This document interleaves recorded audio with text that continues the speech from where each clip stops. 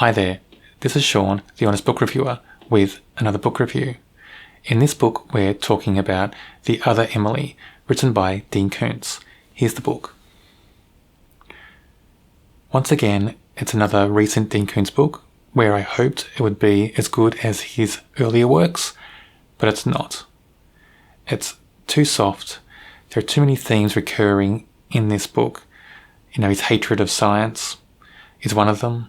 Towards the end of the book, there are just too many things in this book that are jumbled, don't always make sense. It seems a bit of a mess, and it's not the same as his books that he used to write.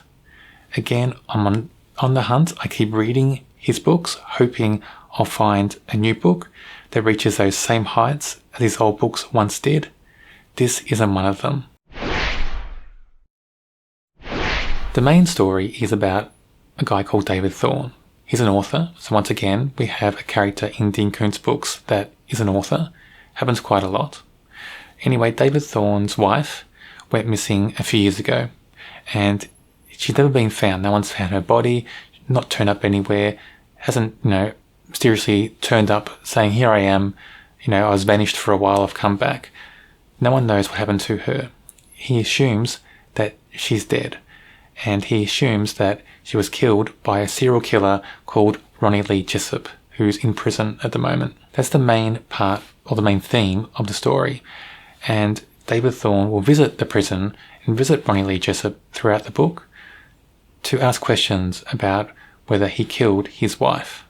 That happens in the story quite often as well.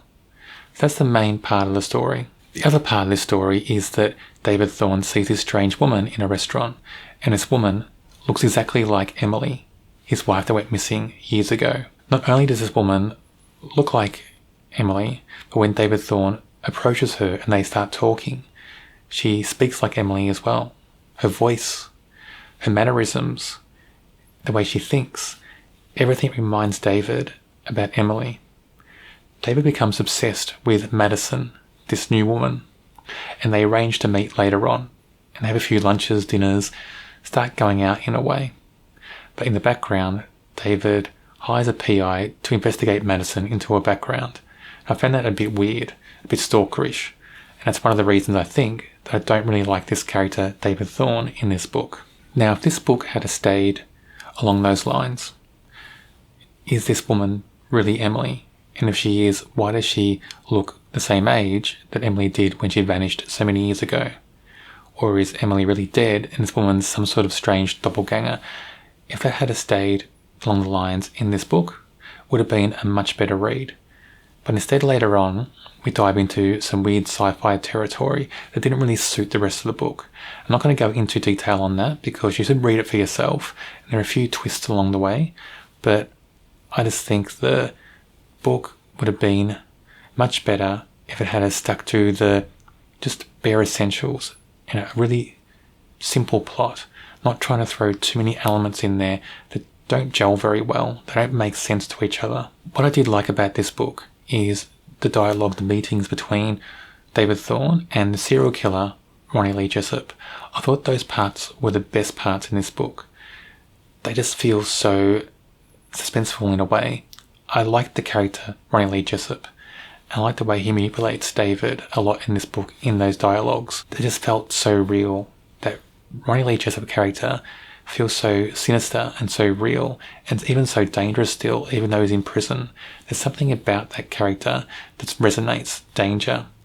And he's the character that I remember most after finishing this book. One of the themes of this book that seemed to be there is that this character, David Thorne's obsession with his wife's disappearance, and this new woman, Madison, who looks like his wife, that obsession takes him down this dangerous path. It twists his personality a bit. And I wonder if that's one of the themes that Dean Koontz was adding into this story. What would obsession do to somebody? What would it drive them to do? And that seemed to be a big change in the character David Thorne in this book. There's a huge change, a huge shift in his personality, just everything he does, that happens after about 2/3 of the book. I don't think the change was well done. It just seemed to be a bit jarring, but it's a big event. I won't give everything away about it, but it just changes the book a lot. So the last third of the book feels so much different from the rest of the book. There's some good elements and bad elements in both, some pros and cons, but I just think it's too jarring, too much of a disconnect between both sections of this book. The big thing that I didn't get, but I think it was included because it adds the soft horror element. So this book, even though it's classed as horror, it's more of a soft horror, not a true dark horror. We've got David Thorne visiting the house that the serial killer used to own while he was murdering his victims. Someone else owns it now, and we have this new owner turning into a bit of a psycho himself.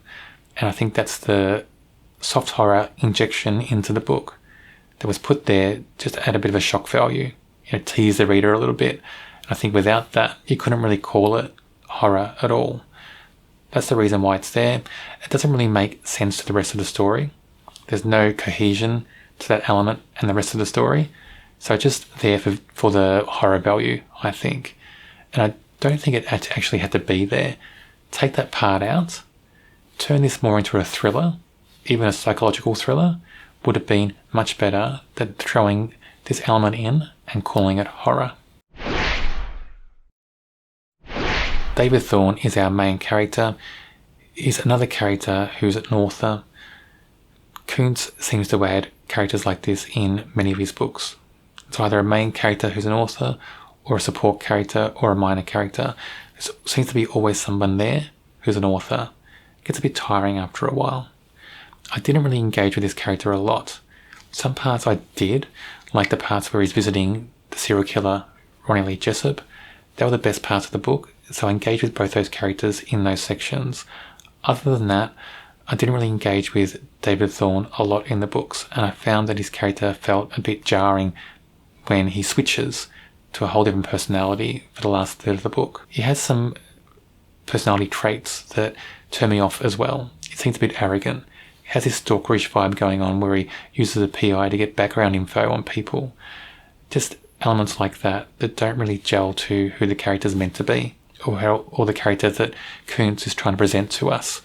I think there are just parts of the character that don't make sense. Ronnie Lee Jessup is the serial killer who's in prison, and he's the person that David Thorne thinks killed his wife. I liked Ronnie Lee Jessup in this book. I think he's the best character in the book, the standout. He's the character that I remember most and who impacts me most after finishing this book. Everything about him comes across as just so manipulative, so clever, just so focused as well. He seems to be able to draw all these emotions and all these feelings out of David without giving too much about himself away. And he feeds off everything. He just feeds off all these vibes that David gives off. And Ronnie Lee Jessup is just written very well.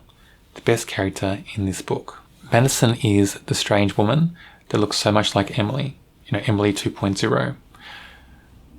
I didn't really engage with this character much at all. At the start, she's a bit mysterious. You think, okay, what's going on with this character? But then everything just feels forced. In a good mystery, you've got characters that don't give much away about themselves. The author won't give much away about the character. But when this character interacts with David, the dialogue, the things that happen, between them both just seem very forced. In a lot of cases, not real, not lifelike.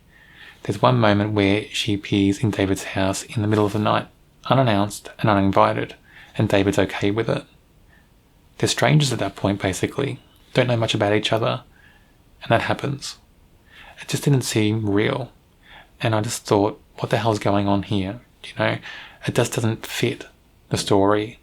What person or what people would be okay with that? I just think Koontz just missed the boat a bit with his character and writing the mystery element.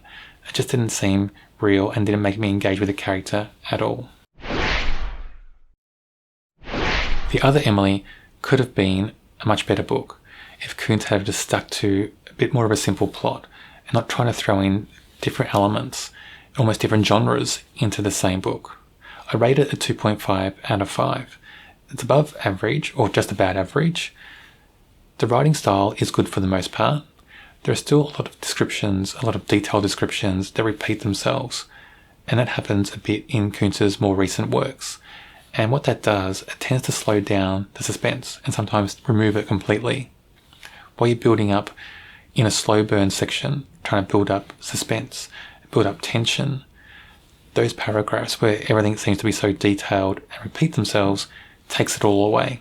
I think Koontz needs to work on how he builds up slow burn sections in a thriller novel to bring that mystery and suspense into the novel. For the horror part, it is more of a soft horror, not really dark horror. It's not intense. So for a soft horror, those elements with the new owner of the house, they work on their own, but they don't gel well with the rest of the story. The best moments of the story are in the prison between Ronnie Lee Jessup, the serial killer, and David Thorne, by far the best moments in the book. I do review other Dean Koontz books for my channel. If you don't want to miss out on those videos, check out my channel and subscribe. I also have a horror playlist on my channel. It should be on your screen now.